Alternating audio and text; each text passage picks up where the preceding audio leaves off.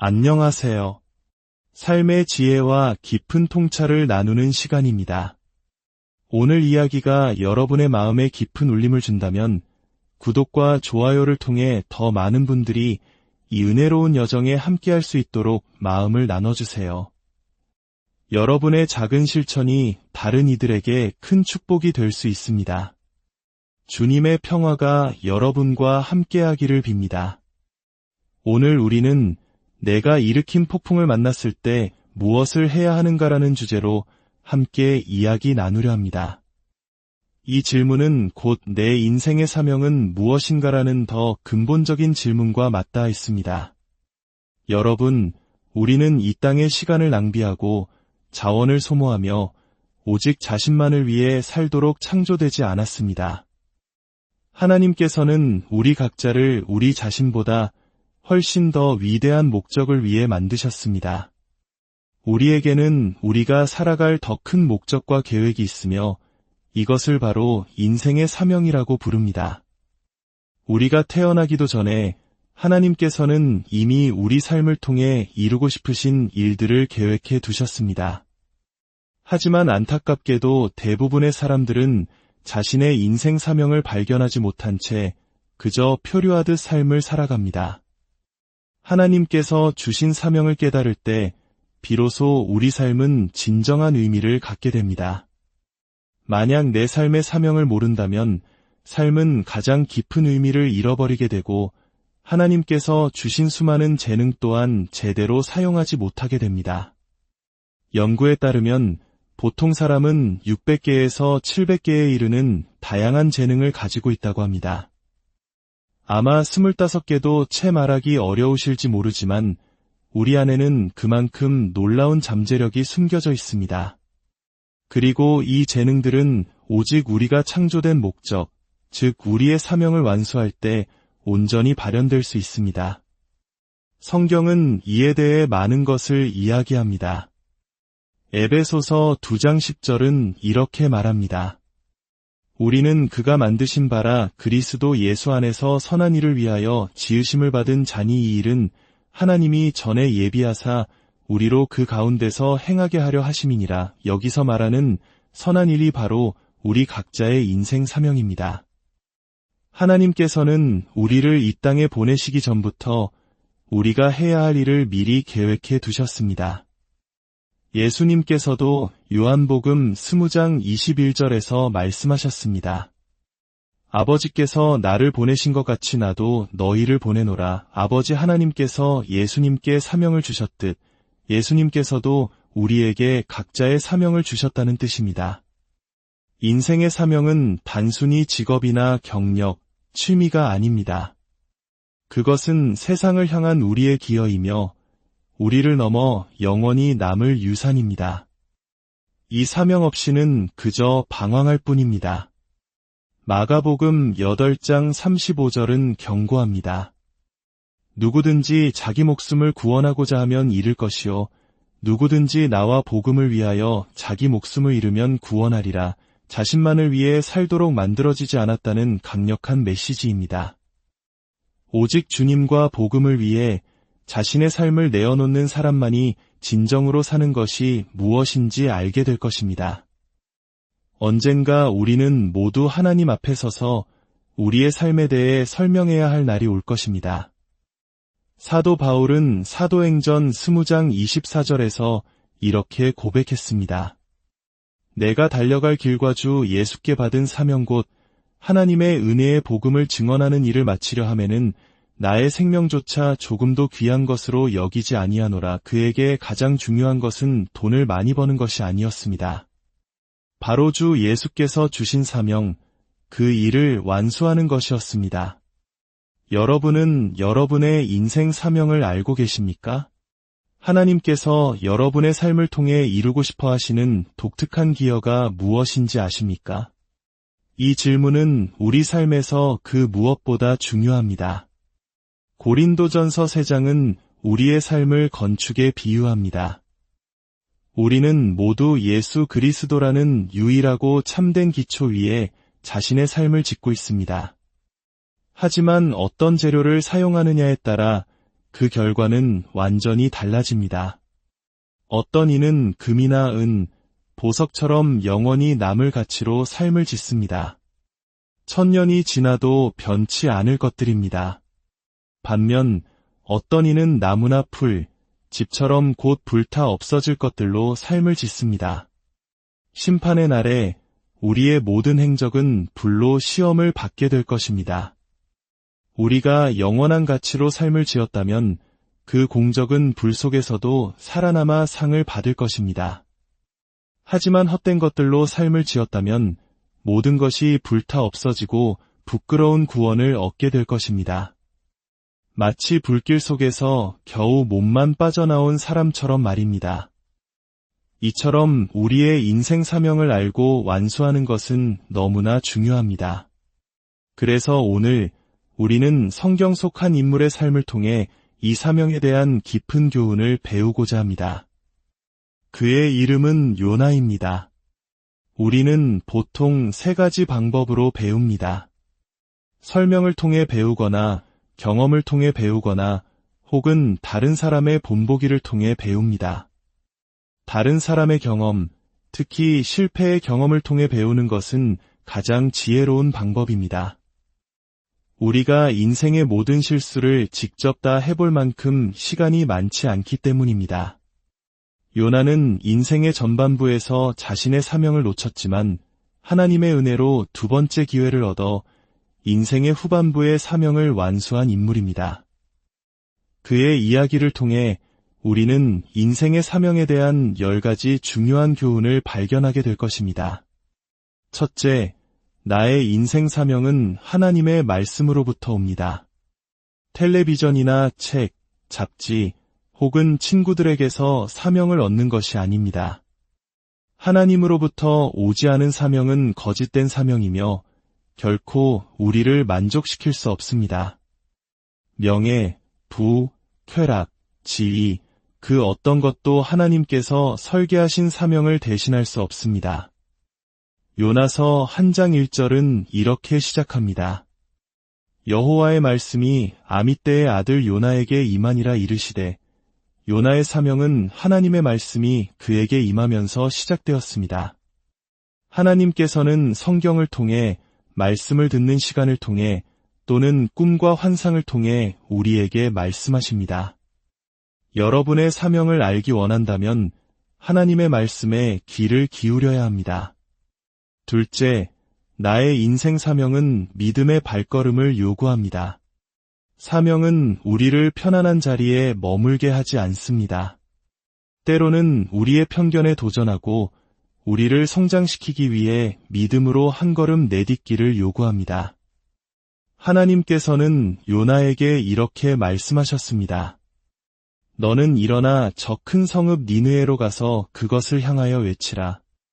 니느웨는 당시 세계에서 가장 크고 화려한 도시였으며 아수르 제국의 수도였습니다. 하지만 동시에 잔인하고 사악한 도시였습니다. 아수르인들은 그 시대의 나치와 같아서 가는 곳마다 파괴와 학살을 일삼았습니다. 이스라엘에게 아수르는 불구대천의 원수였습니다. 시골 작은 마을 출신인 요나에게 니느웨로 가라는 명령은 여러 면에서 엄청난 믿음의 도전이었습니다. 800km가 넘는 먼 거리, 낯선 대도시, 그리고 무엇보다 원수의 심장부로 들어가라는 명령이었기 때문입니다. 여러분의 사명 역시 여러분의 안전지대를 벗어나 믿음을 확장하도록 도전할 것입니다. 셋째, 나의 인생 사명은 다른 사람을 돕는 일과 연결됩니다. 하나님은 사람들을 아끼시며 특히 고통받고 불의를 겪는 이들에게 깊은 관심을 가지고 계십니다. 니느웨에는 바로 그런 사람들이 있었습니다. 하나님께서는 요나에게 그 악독이 내 앞에 상달되었음이니라고 말씀하셨습니다. 이는 하나님께서 그들의 죄악을 보고 계시며 더 이상 외면하지 않으시겠다는 의미입니다. 여러분의 사명 또한 어떤 방식으로든 다른 사람들의 삶에 긍정적인 영향을 미치게 될 것입니다. 넷째, 나의 인생 사명은 처음에는 나를 두렵게 할 수 있습니다. 요나는 하나님의 명령에 겁을 먹었습니다. 이 거대한 사명 앞에서 그는 아니요라고 외쳤습니다. 그는 니느웨로 가는 대신 정반대 방향으로 도망쳤습니다. 요나서 1장 3절은 말합니다. 그러나 요나가 여호와의 얼굴을 피하려고 일어나 다시스로 도망하려 하여. 두려움은 우리를 도망치게 만듭니다. 여러분은 무엇으로부터 도망치고 있습니까? 과거의 상처입니까? 어떤 사람입니까? 아니면 하나님 자신입니까? 하나님이 하라고 명하신 일인데 아직도 하지 않고 있는 것이 있습니까? 두려움 때문에 우리는 주저하고 도망칩니다. 하지만 기억하십시오. 우리는 하나님으로부터 도망칠 수는 있지만 숨을 수는 없습니다. 시편 139편은 고백합니다. 내가 주의 영을 떠나 어디로 가며 주의 앞에서 어디로 피하리이까. 5째, 사명으로부터 도망치는 것은 끔찍한 결과를 낳습니다. 하나님의 뜻을 거스르고 반대 방향으로 달려갈 때 우리의 삶에는 반드시 부정적인 결과가 따릅니다. 요나의 삶에서 우리는 4가지 명백한 결과를 봅니다. 첫째, 하나님으로부터 도망치면 인생은 내리막길을 걷게 됩니다. 요나서에는 내려가다라는 단어가 반복해서 등장합니다. 요나는 욥바로 내려갔고 배 밑층으로 내려갔으며 깊은 잠에 빠져들었고 결국 깊은 바닷속으로 내려갔습니다. 하나님을 등진 삶은 언제나 내리막길입니다. 둘째, 하나님으로부터 도망치는 데는 대가가 따릅니다. 1장 3절은 요나가 그 배 삭슬 주었다고 기록합니다. 하나님을 떠나는 여정에는 항상 비용이 청구됩니다. 그것은 감정적, 관계적, 육체적, 영적인 대가일 수 있습니다. 요나는 동쪽으로 800km를 가라는 명령을 어기고 서쪽 끝 스페인의 다시스까지 약 4000km를 가기 위해 돈을 지불했습니다. 불순종의 길은 순종의 길보다 훨씬 더 큰 대가를 요구합니다. 셋째, 하나님으로부터 도망치면 하나님께서 나를 대적하십니다. 요나가 탄 배가 항해할 때 여호와께서 큰 바람을 받아 위에 내리시매라고 성경은 말합니다. 하나님은 애 역풍을 보내셨을까요? 요나를 사랑하시기 때문입니다. 그가 잘못된 길로 가는 것을 원치 않으셨기 때문입니다. 여러분의 삶에서 일이 계속 막히고 풀리지 않습니까? 어쩌면 그것은 여러분이 잘못된 방향으로 가고 있기에 하나님께서 보내시는 역풍일지 모릅니다. 넷째, 하나님으로부터 도망치면 무고한 다른 사람들이 다칩니다. 요나 한 사람의 불순종 때문에 배에 탄 모든 선원들이 목숨을 잃을 위기에 처했습니다. 우리의 죄는 결코 개인적인 문제로 끝나지 않습니다. 가족, 친구, 동료, 공동체에까지 나쁜 영향을 미칩니다. 여섯째, 하나님으로부터 더 오래 도망칠수록 상황은 더 악화됩니다. 폭풍은 점점 더 거세졌습니다. 여러분의 결혼 생활이, 건강이, 재정이, 경력이 얼마나 더 나빠져야 하나님께 돌아오시겠습니까? 상황이 더 악화되기 전에 삶을 하나님께 온전히 내어드리는 것이 지혜입니다. 일곱째, 하나님의 계획에 맞서 싸울 때 더 열심히 노력하는 것은 소용없습니다. 선원들은 육지로 돌아가기 위해 필사적으로 노를 저었지만 바다가 그들을 향하여 점점 더 흉용함으로 능히 못한지라고 성경은 말합니다. 상황은 통제불능이었고 그들은 배를 돌릴 수 없었습니다. 그저 더 열심히 노력할 뿐이었습니다. 여러분의 삶이 이와 같지 않습니까? 하나님의 뜻을 거스를 때 우리의 노력은 헛될 뿐입니다. 구원의 유일한 희망은 모든 것을 내려놓고 하나님께서 구원하시도록 맡기는 것입니다. 이제 우리는 요나의 이야기에서 나타나는 세 가지 위대한 기적을 마주하게 됩니다. 우리가 하나님의 뜻에 순종하기 시작할 때 우리 삶에도 이와 같은 기적이 일어날 것입니다. 8번째 교훈, 즉 첫 번째 기적은 내가 하나님의 뜻을 행할 때 모든 것이 잠잠해진다는 것입니다. 선원들은 마침내 요나를 들어 바다에 던졌습니다. 그러자 곧 뛰노는 바다가 그쳤다고 성경은 기록합니다. 즉시 폭풍이 멎었습니다. 우리가 우리 자신을 하나님의 은혜의 손에 온전히 맡길 때 우리 삶의 폭풍도 잠잠해질 것입니다. 9번째 교훈, 두 번째 기적은 내가 하나님의 뜻을 행할 때 믿지 않던 자들이 믿게 된다는 것입니다. 이 놀라운 광경을 목격한 이방인 선원들은 여호와를 크게 두려워하여 여호와께 제물을 드리고 서원을 하였더라고 기록되어 있습니다.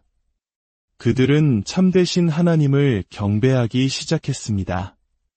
여러분이 하나님의 사명을 따르는 삶을 살기 시작할 때 여러분 주변에 믿지 않던 가족과 친구들이 주님께로 돌아오는 기적을 보게 될 것입니다. 마지막 10번째 교훈, 세 번째 기적은 내가 나의 사명을 받아들일 때 하나님께서 자비를 베푸신다는 것입니다. 바다에 던져진 요나, 그의 이야기는 여기서 끝나지 않았습니다. 요나서 1장 17절은 말합니다. 여호와께서 이미 큰 물고기를 예비하사 요나를 삼키게 하셨으므로 하나님께서는 요나를 벌하기 위함이 아니라 구원하기 위해 그에게 두 번째 기회를 주시기 위해 큰 물고기를 준비하셨습니다. 이것은 하나님의 놀라운 자비였습니다. 우리가 길을 잃고 방황하다 돌아올 때 하나님은 꾸짖지 않으시고 자비와 은혜로 우리를 맞아주십니다. 흔히 고래라고 알려져 있지만 성경은 그저 큰 물고기라고만 말합니다. 중요한 것은 어떤 종류의 물고기였는지가 아니라 그것이 요나를 향한 하나님의 구원과 자비의 도구였다는 사실입니다. 여러분, 여러분의 니느웨는 어디입니까? 하나님께서 당신에게 가라고 명하신 곳, 하지만 당신이 두려워하고 외면하고 있는 그곳은 어디입니까? 하나님은 당신을 위대한 사명을 위해 창조하셨습니다. 더 이상 도망치지 마십시오. 하나님으로부터 도망치는 삶은 내리막길과 대가, 역풍과 상처뿐입니다. 하지만 항복하고 주님께 돌아설 때 기적이 시작됩니다. 삶의 폭풍이 잠잠해지고 주변 사람들이 변화되며 하나님의 놀라운 자비를 경험하게 될 것입니다. 당신의 삶에 남은 날들이 최고의 날들이 되기를 원하신다면 오늘 당신의 삶을, 당신의 사명을 온전히 주님께 내어드리십시오. 진정한 의미와 목적이 바로 그곳에 있습니다. 잠시 함께 기도하는 마음으로 말씀을 마무리하겠습니다. 사랑의 하나님, 오늘 요나의 이야기를 통해 제 삶을 돌아봅니다. 저 또한 주님의 부르심을 외면하고 두려움에 사로잡혀 도망쳤던 순간들이 있었음을 고백합니다. 저의 니느웨로부터 도망치며 겪었던 인생의 폭풍들을 기억합니다. 이제는 더 이상 제 힘으로 버티려 하지 않겠습니다. 제 삶의 방향키를 온전히 주님께 맡깁니다. 저를 향한 주님의 선하신 계획과 사명을 신뢰하며 나아가기 원합니다. 제 삶의 폭풍을 잠재워 주시고 저를 통해 주님의 살아계심이 증거되게 하시며 넘치는 자비와 은혜로 저를 새롭게 하여 주옵소서. 예수 그리스도의 이름으로